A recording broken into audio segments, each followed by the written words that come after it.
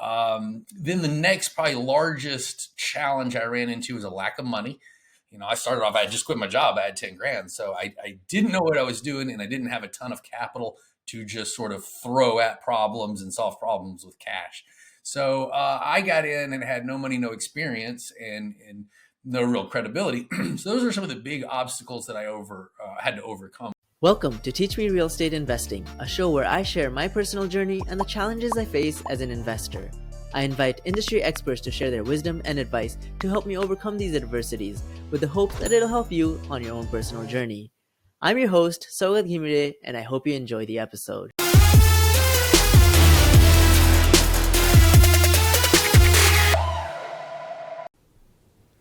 Awesome. Hey everyone, welcome to today's episode of Teach Me Real Estate Investing.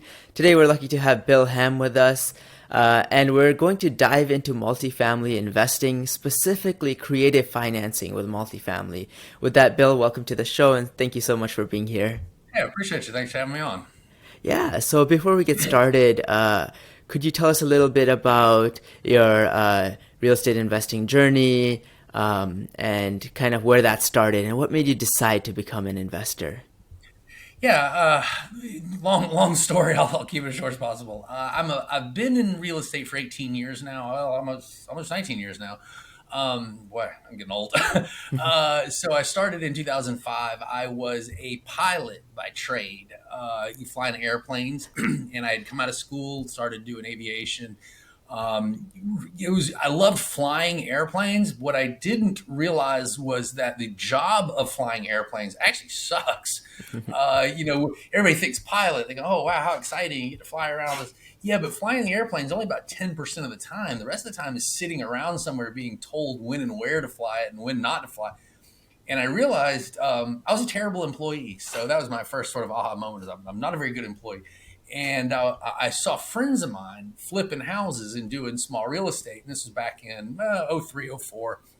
And I see them flipping houses and stuff, making, in a flip or two, what I was making all year long working. And I thought, all right, something is very wrong with this picture. These are my friends. They're idiots like me, right? They're just normal people.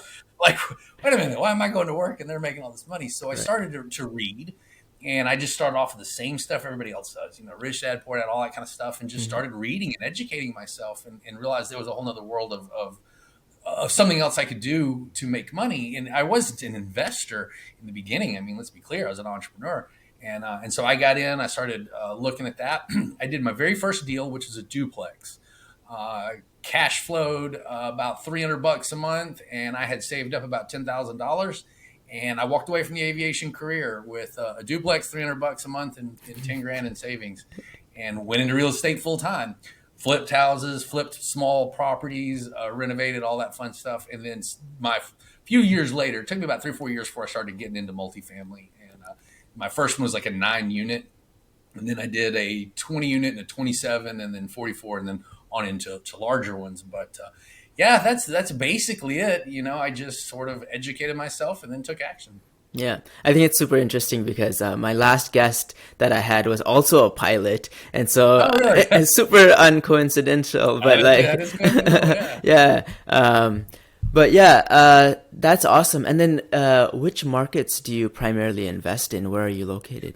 Well, several comments. One, I have sold everything recently, so I had a very, very large portfolio. I've liquidated everything recently.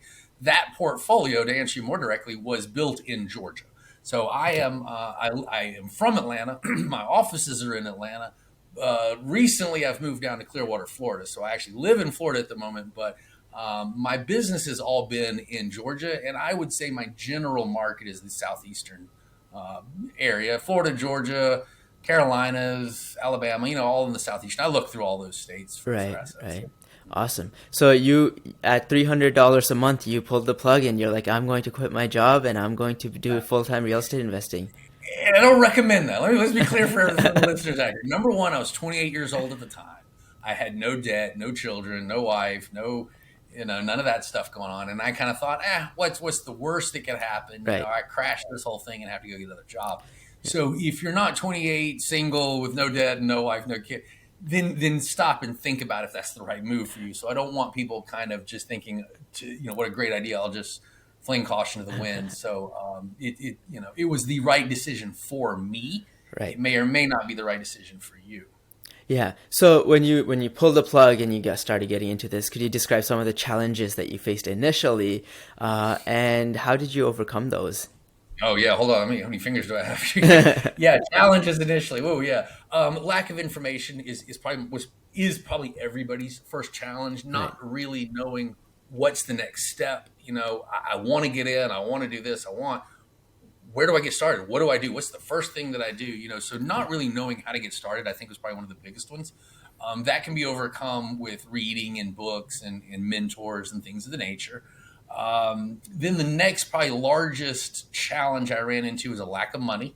Mhm. I started off, I had just quit my job. I had 10 grand. So Right. I didn't know what I was doing and I didn't have a ton of capital to just sort of throw at problems and solve problems with cash.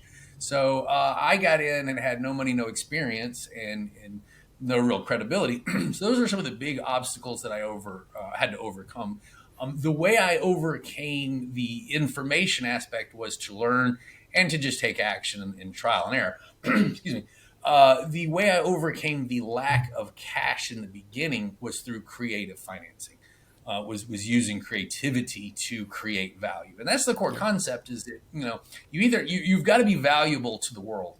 That means you already have a bunch of money and you need to go write some checks, and then Hmm. boom, you're in real estate. Or if you're not already rich and you can't write a bunch of checks, Yeah. then you've got to figure out some way that you can create value for someone else in the world that does have the real estate that you want, and then you need to exchange said value for access to the real estate. Right. That's how I did it. That's not worked very well over the last 5 or 7 years. I mean, let's be clear. And that's why a lot of people immediately go, well, hey, hold on. If creative financing is such a great thing, why haven't I heard about this? Why haven't we been doing this for years? Well, a couple comments. One, I have gotten a lot of different aspects of creative financing over the years. Number two, yeah, it hadn't worked very well over the last 5 years. Why? Because the market's been so hot. Right. If a seller had a problem, they just sell the property. Hmm. But when the market shifts, when does that happen? Well, when they raise the rates. Right. Right. And when they raise the rates, the market shifts. And when the market shifts, then borrowing becomes a lot harder. And therefore, now people with struggling assets, things that may not be cash flowing that well, things that may be older, deferred maintenance, Hmm. bad collections, the list goes on and on. Those properties are going to be hard to fund with traditional financing. Right. Now let's also throw in, as of today, 7.5, 8% interest rate on top of that problem. You're going to have a real problem in certain distressed assets in America. Right. Creative financing will be the solution, and that's how I got started back in that '08 cycle.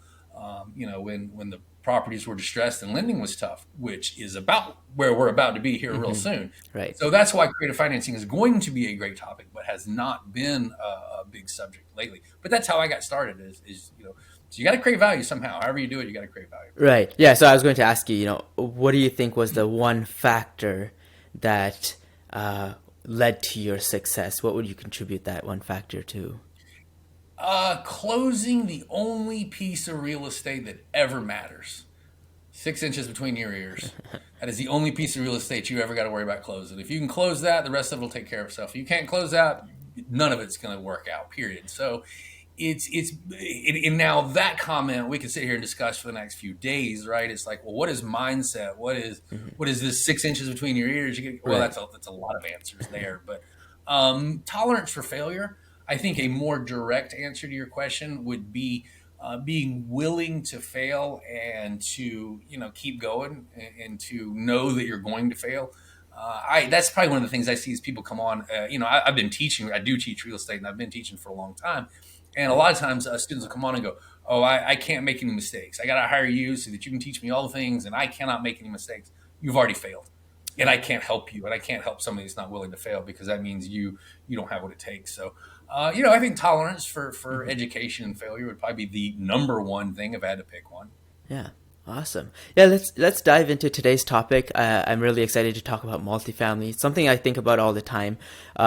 So before we start, can you tell us, for folks who don't know, like what do we mean when we say multifamily? Yeah, well, technically, multifamily is anything beyond one unit. So, I mean, Right. two or more units is Hmm. multifamily. Now, we start talking about commercial multifamily, typically around 5 units or more.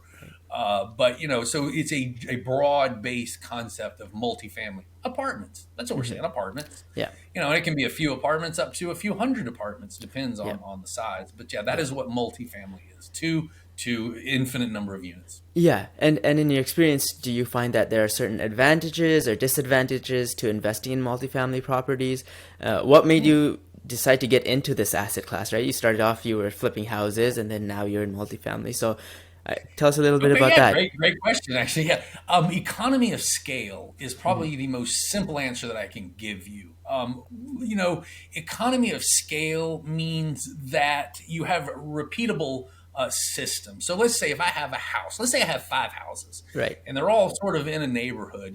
Each house is going to be its own setup. It's going to have its own roof, its own electrical, its own plumbing, and it's all going to be different than the other house. And that house is going to be set up completely different from the other house and the other house and so forth, right? As opposed to saying having five units Mm-hmm. under one roof, Right. one set of electrical, one set of plumbing. Each apartment is laid out in the exact same manner. You're going to need that kind of faucet, that kind of toilet, and it's a repeatable model. So when you want to go from this being a passive investment hobby, kind of, retirement kind of thing, to becoming a full on business owner in the world of real estate, you are going to want a repeatable business model. Now, I'm not saying you can't go out and buy 1,000 houses and not make that work. We've Right. clearly seen large companies do it. What I'm saying is that is a much more difficult manner for the average individual because there's no economy of scale. There's no repeatability to it. I can go out and close 5, 10, 50 units in the same amount of time. I can go out and close a few houses for the same amount of effort. So you will find that the overall pro and con here, the overall commas and zeros tend to be larger in multifamily. Yes, but the individual per unit returns are actually better in single family. Mm. So when people come along and they want me to kind of argue them into multifamily, I really can't say that, oh, you should definitely be in multifamily and not single family or not, commercial or anything else. I'm not saying that. Right. I'm just saying it depends on what you want to do. Yeah. It is managerial, very difficult to manage large portfolios of houses and much easier to manage, apartment complexes. Right. So, but if you can't get into larger assets right now, then get started where you can. Mm-hmm. I didn't go buy large apartment complexes because I couldn't. So I bought a duplex. So I flipped houses. Do whatever you can do, and then you scale up over time. You're going to make more money per unit Mm-hmm. in houses, but you're going to have more units available to you, and therefore a larger amount of money in multifamily. Got it. Yeah, and that kind of segues into my next question is who should consider getting into multifamily? Are there special like certain skills or experiences that you need before you start diving into this world? That's hard to answer. Not really. No, I wouldn't say you need to have a certain set of skills prior to getting into multifamily. What I would recommend Mm-hmm. is that it figure out if it's right for you or not, and you probably really won't know until you get in. So, several comments. I would not jump off the deep end and go sign up for a big giant coaching program. I work with a group and I teach for a group, and I also have offer mentoring on the side myself. But I'm telling you, as a teacher, go read a book. I have two books out there. Go read them. They're $15. Go on YouTube. Go on Facebook. There's lots of free material out there. Absorb as much of that as you can, and then make an investment into an actual program, into an actual mentor, because you will find that there are a lot of and not I don't want to say fraud, but not worthy mentors. There's a lot of people out there go out there and close a deal, and all of a sudden they've got some kind of Right. $50,000 coaching program because they went close a deal once. And so I'm just saying, be careful about high level ticket items and high level coaching programs that are very expensive. A lot of people think if they just write a check that solves problems, and that's not true. Right. So get as much cheap information as you can, and then progress into some higher level education. That would be my basic advice for someone new. So you don't have to have a bunch of skill set getting in. Right. It's not like you have to be an accountant first or something Yeah. like that, but you do want to kind of figure out if it's right for you. And I hate seeing people spend Yeah. 25, $50,000. They show up for a little bit of the program, and then you never hear from them again. Right. And it's like, oh, what a waste. And so I just really wish those people would have buy a book. Just read the Right. book. Yeah, there are a ton Read the of book. yeah, there are a ton of free resources out there. Lots of books you can learn from it. This is one. I mean, right here. Right, exactly. Do Yeah, what you're and doing right now. More of right. this.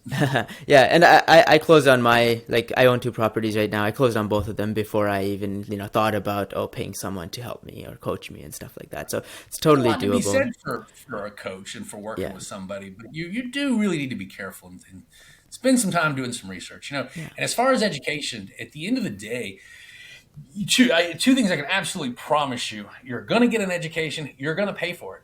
Promise you 100% on both of those comments. Now, where you get the education and how much you pay for it and how painful that education is, Right. we can certainly discuss that. But guarantee you, you're going to learn. Guarantee you, there is the cost of tuition. You can spend that money in the classroom, or you can run right on the street and run the gauntlet and trial by fire and see how that works out. I have done both. Right. The street is very expensive. It's very educational. And you better have some thick skin if that's how you plan to learn this business is pure trial and error. I recommend a hybrid of the two. I mean, you certainly want to get a good person that can help you learn, cut down on some mistakes, but you're going to have to get out there and do the work yourself. Right. Yeah, that makes sense. Yeah, we're going to get into financing today, like creative financing for multifamilies, right? But before we get there, I wanted to touch on the way we value properties, right? It's different between how commercial properties are valued versus residential properties like a single family home. And so I wanted to touch on that first, just so the audience knows, the differences on how we even decide how much a large apartment building is worth. Yeah, that's a great point. Yeah, houses is it's what we call price per pound, right? It's comparable sale. It's just like what is everybody else in the area buying and paying for a similar asset. We do something similar in multifamily. It's called cap rate or capitalization rate. And you are sort of looking at what everyone else in the market is paying price per pound, but we've moved more towards the income approach in multifamily. So there are three ways of valuing all real estate. All right, there's only three. There's the income approach, the comparable sale approach, the replacement cost approach. Those are the only three ways of doing it. An appraiser uses all three methods to appraise a property. To appraise a property. If it's a single family residence, they're really not going to use the income much unless you're renting it out. But in multifamily, they're going to use all three. Income approach is really valuing the property based on the income and the expenses and cash flow. Is there enough here to be worth it? That's the income approach. Comparable sale, as it sounds, what's everybody else paying? Mm-hmm. And then the replacement cost approach. That's not something that we do as buyers. That's just something appraisers do just for the education. What they're doing there is they're saying, okay, what is the value of this building sitting here right now? If we replaced it with a brand new building, what would that cost? And then they depreciate it back down to the original date of construction and create a value. So those are the three ways. I would say as investors, we're like 80%, 85% income approach, maybe another 15% replacement, or not replace, excuse me, comparable sale, and then we don't do Right, replacement right. cost. Yeah, and I just want to highlight that the reason this is the case, right? With single family homes, there are so many single family homes around you, it's easy to compare, right? But with larger It apartment is. buildings, let's say you have a 100-unit apartment building, the chances of there being another 100-unit apartment building like right across the street or right beside you that has sold recently, it's not It's less. very common, right? So we come up with this cap rate that then you can compare like a 50-unit apartment building to a 100 unit to a 200 unit. So that's Great example. yeah, that's primarily the reason. Yeah, that's awesome. So let's talk about financing. We talked about the differences between how they're valued, but there's also a difference in the way you finance, right? A single family home Big versus a time. commercial. So before we get into creative financing, could you tell us a little bit about the differences when I want to do it, through a Absolutely. bank? Yeah, that is actually one of the very first things I start talking to a new student on our very first phone call as a new student. I always kind of say, "Well, listen, let me ask you, what is it that you want to buy?" And the student will say, "Oh, 5 units, 10 units, 100 units, whatever." And I say, "Okay, well, that's really actually not a good metric. I was just asking to see what you would say. The real metric that you want to apply is what can you borrow." Either you're paying all cash for real estate or you're going to get a loan. I'm assuming, like most mortal humans, you're going to go get a mortgage to buy real estate, right? So the first metric is what can we borrow, and Hmm. that's the answer to your question. Excuse me. How do lenders value multifamily versus single family? Right. Well, right. So in single family, they're going to be doing this comparable sale approach, but it's really the way they look at you, the borrower, that's very different, not the real estate. So when you're looking at a single family home, they're looking at your income, your W 2, your money, and they're looking at the value of the property. They're saying, did the property appraise, and does this individual make enough W 2 money to cover the mortgage? If yes, boom, you'll get a loan. Right. It's kind of like buying a car, same thing, right? In a single family home, just like in a car, that's a fully amortized loan. This is a big difference that people need to understand. We're not dealing with fully amortized loans out here in commercial world. I'll explain that. So buying a house, if it's a 30-year mortgage and you make every payment every month, every year for 30 years, at the end, you own the home free and clear. You have paid the mortgage down through all your payments. Same as a car. You pay it off, you now own it. The end. Okay, in commercial real estate, we're dealing with what we call balloon notes. All right. And that means these things are going to, on average, they are going to be a 3, 5, 7, or 10-year note loan. Let's just pick a random one. We'll say 5 years. So here's how you have to look at this. If you go out and get a balloon note for 5 years, if you paid, let's say it's a $10 million deal, right? Hmm. If you paid that $10 million off over every payment over 5 years, those payments would be huge, Right. right? I mean, there's no way you would never be able to cash flow. Your rent would have to be $5,000 a door. Just it wouldn't work, right? But at the same time, a lender says, I don't want to give Bill a commercial loan, a business loan, which is what this is, a business loan for 30 years. I want to give him a business loan for 5 years. Okay, so we have a problem. I can't pay the loan off in 5 years, and you don't want to give me a 30-year loan. So what the lenders have done is they've created what we call debt service ratio loans. It's kind of a hybrid. Hmm. And so what we're saying is now you have this 5-year mortgage that has an amortization schedule to it. All right. So now my payments are going to be amortized or set as if it were a 20 or a 25 or a 30-year loan. Right. So now I've got a 5-year mortgage, but my payments are as if it were a 30-year mortgage, meaning at the end of 5 years, I'm going to have a balance due. The loan will not have paid itself off. I'm going to have a certain amount of money due. The note will balloon, and that's where we get that term balloon note. So that's why exit strategies are so incredibly important, because you're going to have a balance come at the end of the deal, and if the value is not above that, you could be in trouble. So you have exits. So that's one aspect we have to really look at. The second aspect is how they look at us, the borrowers. Hmm. Okay, so over here in house land, single family, they're looking at your W 2 and they're saying, okay, do you make enough money to cover the mortgage? If yes, you qualify for the loan. Over here in commercial, nobody cares anymore about your W 2. Nobody's looking to see how much money you and I make to cover a $10 million mortgage. They're looking at the revenue of the property. And that's called debt service ratio. But they're looking, does this property make enough rent to cover its mortgage, and at what ratio? And if it covers its mortgage plus some, then you'll get the loan. Here's the so now you don't have to worry about income anymore. You don't have to have W 2 money to qualify for the loan anymore. That's great. There is, and here's, by the way, here's where you better be careful. A lot of gurus will tell you half of this. They'll say, hey, you can go out and get into multifamily, and you know what? The property qualifies for the mortgage, and you don't have to worry about how much money you make anymore. And this is great. And this is why you should get into multifamily, because the deal will pay the more. Yes, agreed, but that's only half the truth. By the way, the other half is now the borrower has to have net worth equal or greater than the loan amount. Okay, so yeah, we're out here looking at this $10 million deal. And yes, the property will pay its own mortgage. That's great. But you and I now have to be worth $10 million in order to qualify for that mortgage. So there's the catch. It's like, okay, well, you've got to figure out now, what can you buy? Well, what you can buy means what you can borrow. What you can borrow means your net worth translated into number of units in the market. And there's where you get started. So if you have no net worth, like I did when I got started, you either have to do creative financing or partner. And that's where a lot of people get into syndication. And that's why that's a whole nother conversation. But that's syndicating. And that's why people do syndications. They find partners that have a balance sheet. It's what I did. It's how I got into deals. Find a deal. I found the deal. And then I'd go out and find, rich investors, and we would get together and do the deal. And that's how I got into larger properties, how you can too. Right. Awesome. Yeah. So yeah, let's start diving into the creative solutions, right? So Sure. multifamily properties, as you mentioned, 10 million. They're expensive, right? Compared to single family homes. So it's a barrier to entry to most people.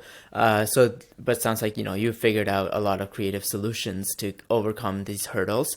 Um, could you give us an overview of, some of the options that are available, and then we'll go into a few that, that are maybe your favorite that we can dive into a little bit more in detail. Sure.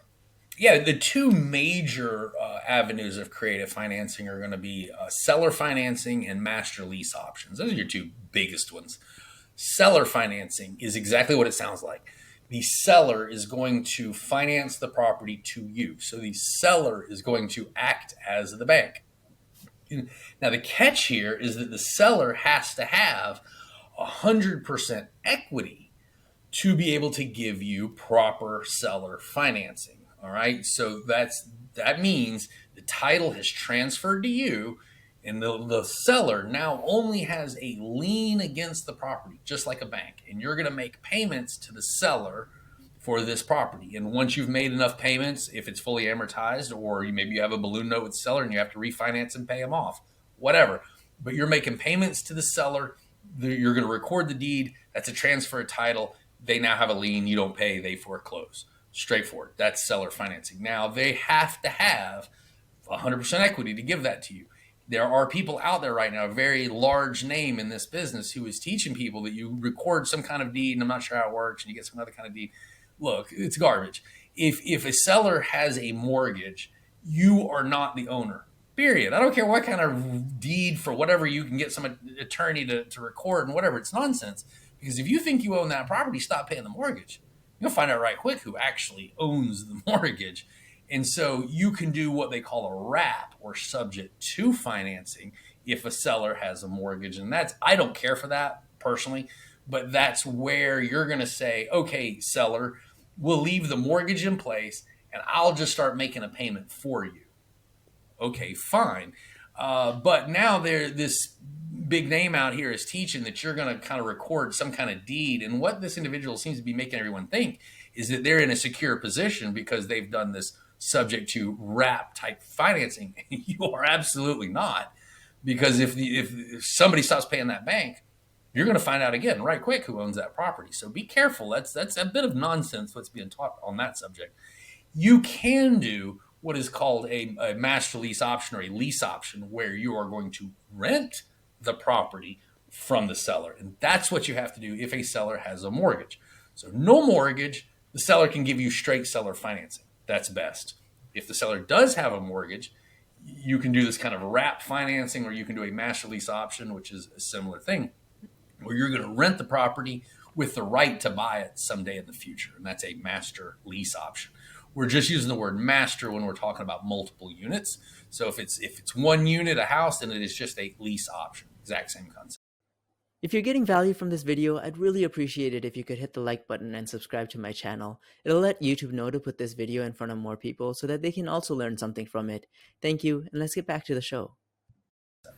Got it. Let's dive into that just a little bit, just because I'm curious for myself. So if I was to, the seller they own the property outright, right? And if I was to do seller financing, who owns the deed there? Did you say that it's still the seller that owns the deed, or does that deed transfer to me? Because No, in seller financing, the deed transfers to you. Just like the only difference between buying the property with a bank loan and buying that exact same property with seller financing is the seller is going to step in as the bank. So you're just not giving the seller all cash at closing. Normally, when you go buy real estate, you're borrowing, let's say, 80% from the bank, 20% worth of cash. You bring all that money together, give it to the seller at closing. The seller has their money, they go away. You own a property and you have a bank note on it. Got it. Seller is just going to be the bank now, and that's the only difference. So the transfer still occurs. You still record the deed. You still go to closing. All that happens in seller financing. Right. Right now, in lease option, that doesn't. Yeah, and in seller financing, if I am no longer able to make the payments anymore, then the seller then has the right to go take that property from me. Correct. Got it. And then when I do a subject to, if I understand correctly, that one, if I somehow stop making the payments, then I'm in trouble, right? Because In subject to, Yep. I don't technically own the deed.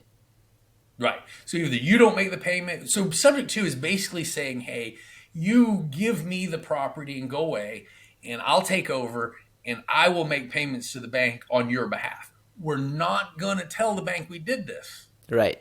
We're not going to tell anybody. I'm just going to pretend like I'm you. And I'm just going to keep making payments to the bank and we won't tell them about it because you know what? As long as the bank's getting their money, they don't care. Right. Really. That's why they have a due on sale clause because they don't care. Careful. There Right. is a clause in a mortgage that says if you transfer ownership or interest, that they can call the loan completely due. Right. That's where you have to be careful with the due on sale clause. Now, apparently, you can get some due on sale clause insurance. That's not something I'm familiar with, but apparently, you can get insurance on that, and that's Yeah. great. But still doesn't mean you own the property. Yeah, I've also heard in some instances that folks actually talk directly with the lender and say, "Hey, like I want to take over the payment. I want to do subject to." Do you know about that scenario and like what happens That would there? be what I would recommend. Yeah, that Okay. you do something like that. You get permission from the bank. Yeah. here's here's where I will offer another level of caution. The person that is most known for creative financing in the market right now, my opinion is going to get a lot of people in trouble. What this individual is teaching you to do is to go get, and I forgot the name of it, is some kind of deed. It's not an actual warranty deed. It's not.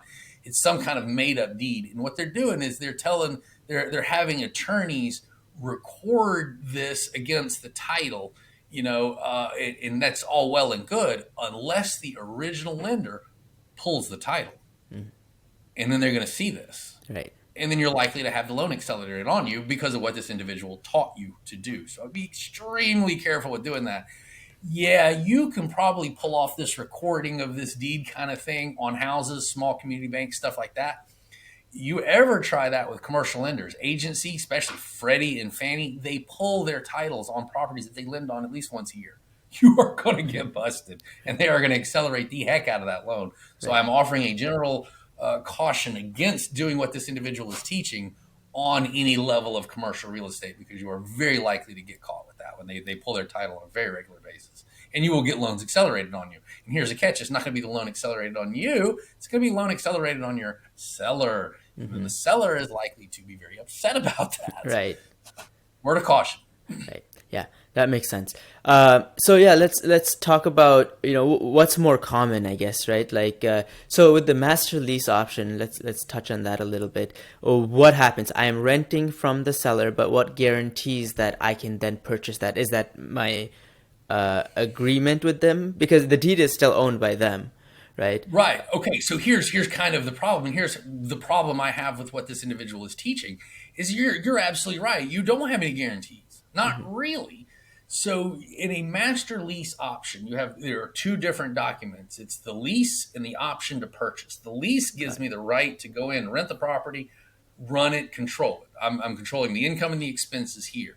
And then I have a second document that is the option to purchase, which is basically a sales contract, more or less. I see. And so you and I are going to agree on a price and a time frame in which I have to actually buy this property for this price, right? All right. So let's say that I have the lease and the option with you. They're two separate documents. All right. And I can go and record those against the title. I can do that. I can record that option to purchase against the title. That would cloud the title.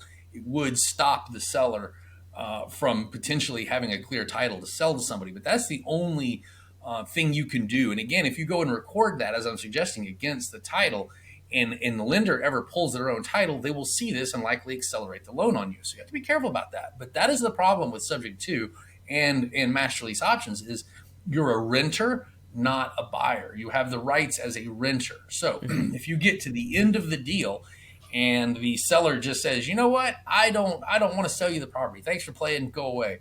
You don't have a lot of options. You can go over there and deal with them in a physical manner. I don't Right. recommend that. Or you can go over there and sue them. I don't recommend that either. So my scenario, what I teach people is how to analyze the deal in a lease option so that you wind up at the end with no cash in that deal. And therefore, if for some reason you wanted to walk away from it, you could. If you wanted to lawyer up and deal with it through the law, you could do that as well. What you don't want to do is to put yourself in a situation where you have no choice but to sue. Okay, that's interesting. That would be I hadn't heard of that piece before, where you could go into this lease option and then you, I guess, underwrite it in such a way that at the end of your 5 years or whatever it is that you agree with the seller, that I guess you would have made all your money back, right, from renting it out to right. your tenants. And so, if the seller just decides, no, I'm not going to transfer title to you, I'm just not going to do it, buzz off. And what this main speaker that's talking about creative financing right now is teaching people that if somehow you have some sort of control over that scenario because whatever this made up deed thing that he's telling you to go get is silly. And I've asked his students, I go, okay, so let me get this straight. If you don't make the payments, the bank cannot foreclose on you, right? Because now you have this deed thing that you Right. went and recorded, right? So you're saying, so I'm telling you, if you're following this guy, his information, then you should not pay the mortgage, right? You should go get this deed thing that he's telling you to get, put it on the property, and never make another mortgage payment because the title is transferred to you. And now the lender has no ability to foreclose and they don't own the property at all, right? Yeah, give that a shot and see how that works out. Come tell me about that. I'll tell you right now how it's going to work out. You think that bank can't take that property? You are grossly mistaken. And so, what the information is nonsense, basically, because it's just not how that really works. And so, all these students run around thinking they have some level of control, and they do Yeah. not. It's a Right. terrible misconception. So, we talked about these options where you have the seller who fully owns the property. We do seller financing. If they don't fully own the property and they have a mortgage on it, we can do a sub to or a master lease Correct. option. It sounds like the seller financing is the safer of the two, right? Yes. Because we Yes. actually have the deed.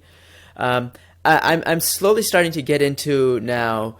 Now that we understand these financing options, like if I was to go and purchase the property, well, first of all, I want to figure out like how do I even find these properties, but specifically, it sounds like what I'm really looking for is maybe the seller financing, like basically sellers who own the property outright. And so maybe I don't know if this is something I should be concerned about. I don't know what your recommendation is, but let's start with like how do I find more multi-family properties, right? Like I can't go on Redfin and find them. Where should I go looking? And second of all, like what kind of properties should I be looking out for, and how do I identify, oh, someone owns a property outright? Gotcha. Okay, so I'll answer several different questions. How do we find multifamily deals? That is one answer. How do we find multifamily deals that are good for creative financing? You don't.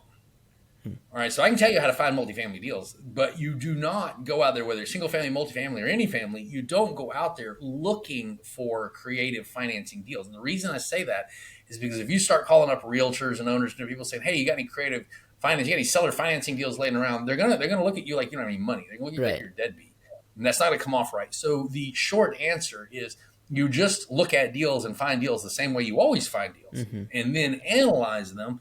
And when the deal does not work with traditional financing, then you reach for creative financing. So you need to kind of do that math first. And because if you can go to the bank and get a normal loan and put down a normal amount of money and buy the property, you should do that. That's what you should do. Right. Syndicate it, do whatever you need to do. If it just flat does not work with any kind of traditional financing, instead of throwing the deal in the trash, I'm saying pull the deal back out. Now analyze it with one of these creative financing techniques. If it still doesn't work, then okay, now let's put it in the trash. But you might find a way, as I said in the beginning, you may find a way to create value with a creative offer. And that's what we're looking for. So not all deals fit that description. So you just need to kind of go through your normal paths of finding deals, analyze them, and then just use creative financing to increase the probability of finding one that works.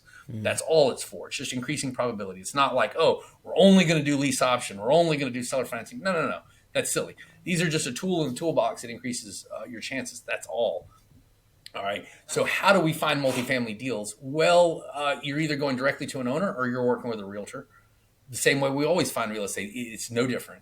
All right. So it is my experience that when you're under about 30, 40 units, you're probably better off trying to go directly to an owner, reaching out to them, direct call, direct mail, text, whatever. Right. About 40 to 50 units or so and larger, you are pretty much working with commercial realtors there. You can do direct calls and mails and things like that on larger properties. It just doesn't work nearly as well. Hmm. And largely those properties are traded with commercial brokers, realtors. I see. When you say go directly to the owners, I guess how do I even find these owners? How do I know who to contact? Great question. Yeah, that's the magic question. You need a list. Okay. You can do anything from driving up and down the street and writing down addresses, call that driving for dollars. Hey, it works. You can Hmm. do that all the way up to tax data using the tax site up to paying for it.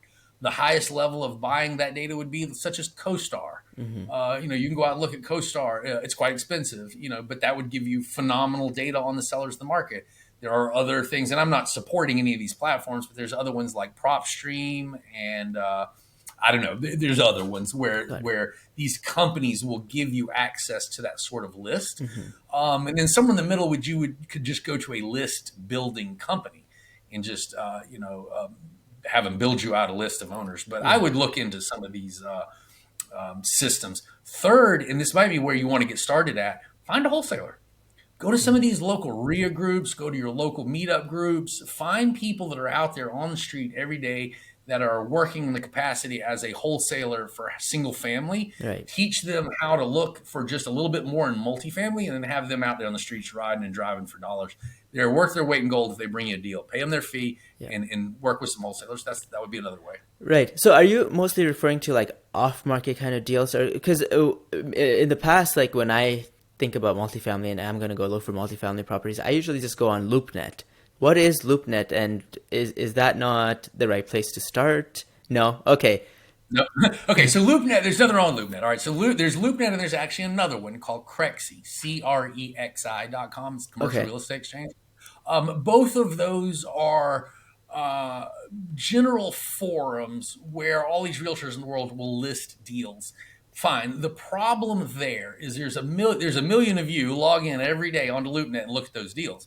I So if see. it is a good deal, is about a 1 in a million chance it's going to be on LoopNet, right? Because everybody sees it. What you have to do is again either go directly to an owner. That's going to be Hmm. calling them somehow. Forget that. Working with realtors. What you want to do is go to the realtor's home website. So figure out in your market. Let's say I'm in Georgia. All right. So step one, figure out who are all of the commercial realty firms in Georgia, in your state, Right. that specialize in multifamily. Hmm. There's step number one. Now that is what LoopNet is great for. Are Right. you going to find good deals on LoopNet? Not likely. But go to LoopNet.com, by the way. Go to LoopNet.com and look and see who are all of the companies, not people, but companies that are listing these assets in your state. There's a shortcut to figuring out who all the realtors are. So I always teach my students make a big long list of all the realty companies. And then, second step, go to their home websites. Got it. So, go to Marks and Millichap, go to Berkadia, CBRE, Cushman Wakefield, there's a bunch of them, but go to their home websites and you will find their current listings on their home website, not on LoopNet, not on Crexi, because most of these realtors will put one little deal over there in LoopNet, almost like a business card. They might have several other ones on their home website. Right. So there's your trick. Go to home realtors, home websites to find deals. Okay. So I'm working with, realtors. I'm finding lists and going directly to sellers. If like, let's say I have this property in front of me, what should I look out for in the beginning? Like, I guess I'll see some sort of financials, right? And so I can underwrite that way. But other than the numbers that we can underwrite, uh, I guess I'm looking for gotchas, right? Things that are red flags that I should be aware of, that I should, think twice Yeah, that's about. a hard one to answer because there's lots of those. But yeah, you want to start off trying to get the financial data from the seller, as you pointed out. If for some reason you cannot get a T12, a trailing 12, or financials from the property, you're going to have to reconstruct that data. Hmm. You're going to have to kind of say, okay, how many units do we have? Let's say 20. Fine. What is the average rent in the area? And you're going to have to multiply the units by the average rent to create an estimated annual income. And then you need to subtract a certain percent for expenses. Right. And then whatever is left over is your net operating income. And then you would do your mortgage calculation from there. So that would be one. I would say that one of the biggest gotchas that you need to be careful about is actually getting some financial data, but not enough financial data, Mm. and or believing in the financial data that you've gotten. Never underwrite a deal from the data that is placed inside the offering memorandum from a realtor. All right. So realtors put together what we call the OM, or the property package, and that's Right. just the pictures and the charts and the graphs. They will typically have in there financial information, and they will say T12, actual data, whatever the case. Look, I love my realtors, but I don't trust them in those OMs, and you can't either. Right. Never ever underwrite a deal for the data that is in the OM. You then go back to the realtor and say, okay, great, I like that. Give me a T12. And if they say, oh, well, it's in the OM, say, okay, great, appreciate it. Get me the T12. Here's the end to end answer. No lender is going to give you a loan based on the OM. So you can't borrow money on that. So you got to get the Right. real data now, tomorrow, or next week, or sometime before you walk into the bank. And you need to go ahead and let your agent know that. Right. And if they can't provide you with that information, okay, great. You're just going to take a whole lot off the asking price Right. to hedge against the risk of not having financial data. No problem. Usually, all of a sudden, the financial data shows up about the time you explain it that way. It'll take $1 million off, no problem. Oh, look, here's financial data. Yeah, that's what I thought. So you know what I mean? It's kind of like, well, Right. give me Right. you're not going to go to the bank with the OM. You're not. So give it to me now, give it to me later, or I'll just chop the price in half. Your choice. Right, yeah. And, I don't have a lot of experience in multifamily, but I have, poked around in LoopNet a little bit. Um, and that's one of the most annoying things is I'll see all these offering, they usually, rather than talking about the T12, what I found on LoopNet is they actually talk about like pro formas, and they'll say, hey, like, this is what you can rent it for, right? And they'll like create the value based, like they'll decide on the value based on that. I found that's the most irritating thing, because you're like, yeah, sure, I can, but what is it currently operating at, right? That's the real number Exactly. that I care about. Exactly. Yep. Uh, You're not wrong. What I always tell everybody is you can buy on pro forma, but you are going to borrow on actuals. right. So sure, you can sit here and read this pro forma all day long, and here's what it could do, and it could be great, and it's wonderful, and all these great things. Great, cool. Now go to the bank and see if they're going to give you a loan on any of that. Yeah. And the answer is no, they are not. And so right back to that point of what you're really analyzing is what the seller is doing today. Right. And there's your starting point, because that's what the loan is going to be based on. Then you can create a pro forma that says, okay, it's going to do this and it's going to do that in the future. That's what we call value add. Mm-hmm. Some of the best deals I've ever done were horrible at closing because the seller had damaged the property. I went and bought them, fixed them up, and they turned out to be great deals. Yeah, but I had to go get a very high interest rate, expensive loan to be able to do that deal. Not 20% down at 3% interest rate. It wasn't like that. Right. So that's where you kind of have to understand the difference between the pro forma, what it could do, which, by the way, your pro forma and the realtor's pro forma are also two different things. Do Yeah. your own. Don't necessarily believe theirs, Yeah. and then go get the actuals, the T12. And what we're seeing is a lot of sellers slash realtors are not really wanting to give that financial data. They're really wanting you to buy it on the pro forma, and Mm-hmm. I understand, but unless you're paying all cash, Yeah. you're still going to have to answer to the bank. And the old saying goes, he with the gold makes the rules, right? Well, the banks are making the rules. The end. Simple as that. If you don't like it, then pay all cash. Don't borrow Right. it. Yeah. So let's say I'm looking at several properties, right? And I have, the actual T12s. I have, actual data.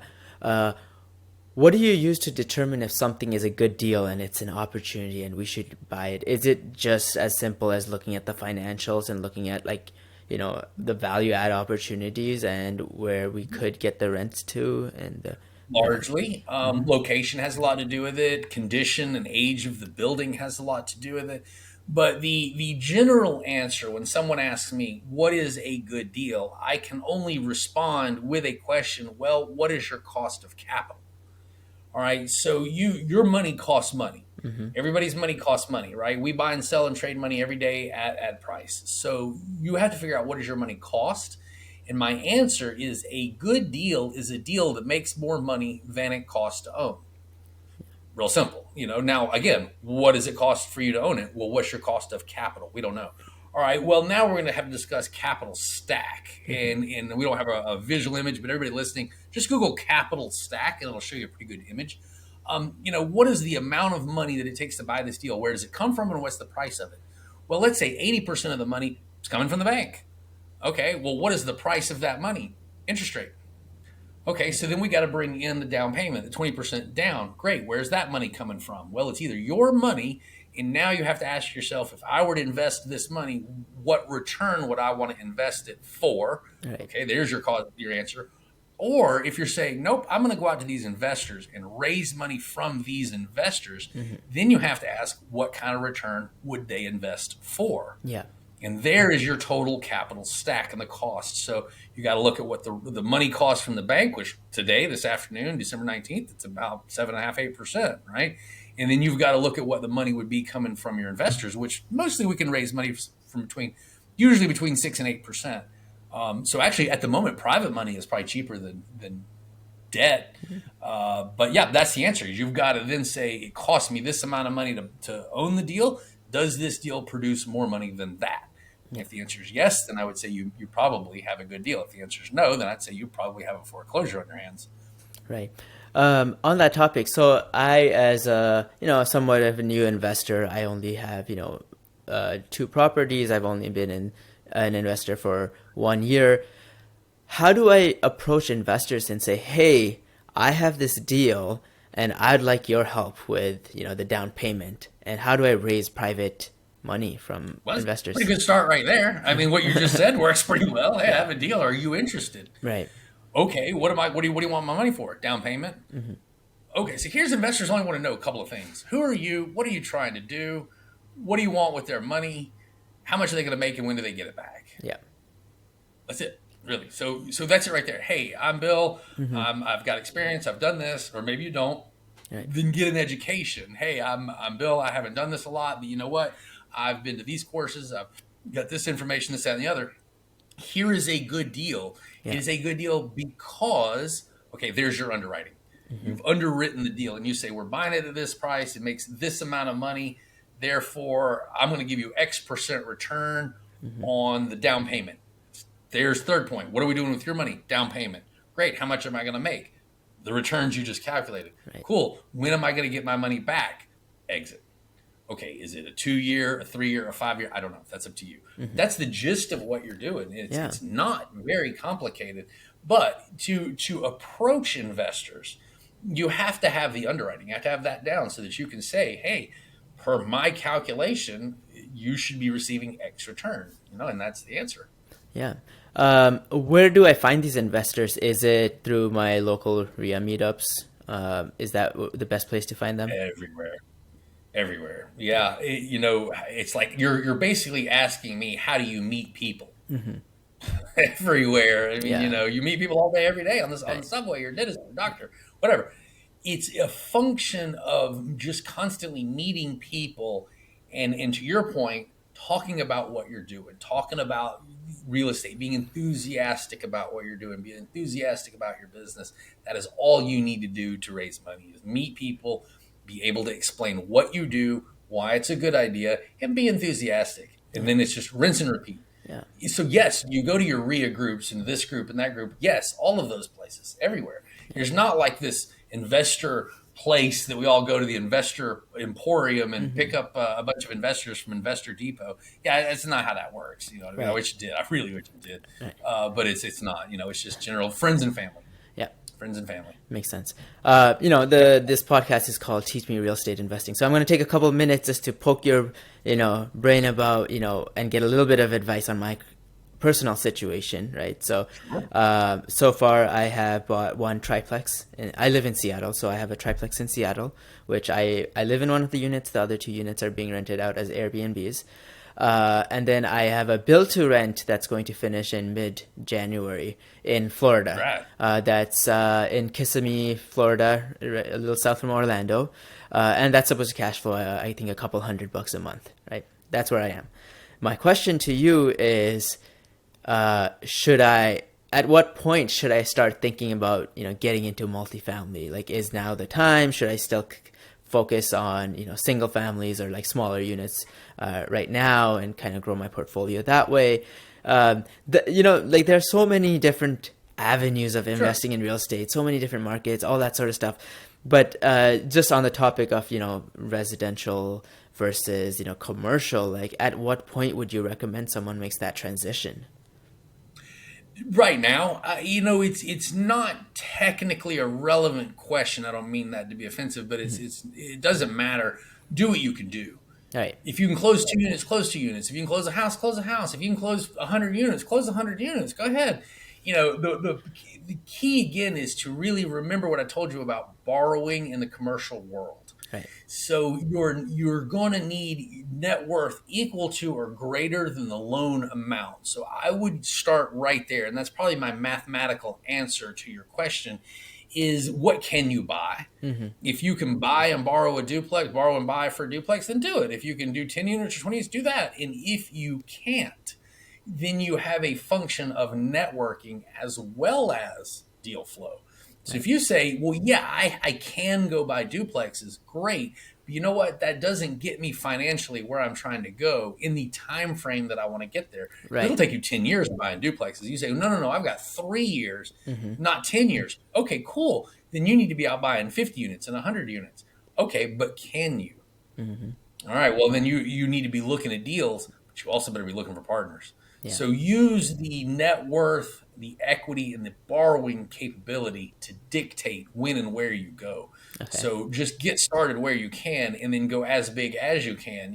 It would be a waste of your time to run around looking at 100-unit apartment complexes if you can't close one. You're just going to burn yourself out. Right. And in the same amount of time, you probably could have gone and done a triplex. Mm-hmm.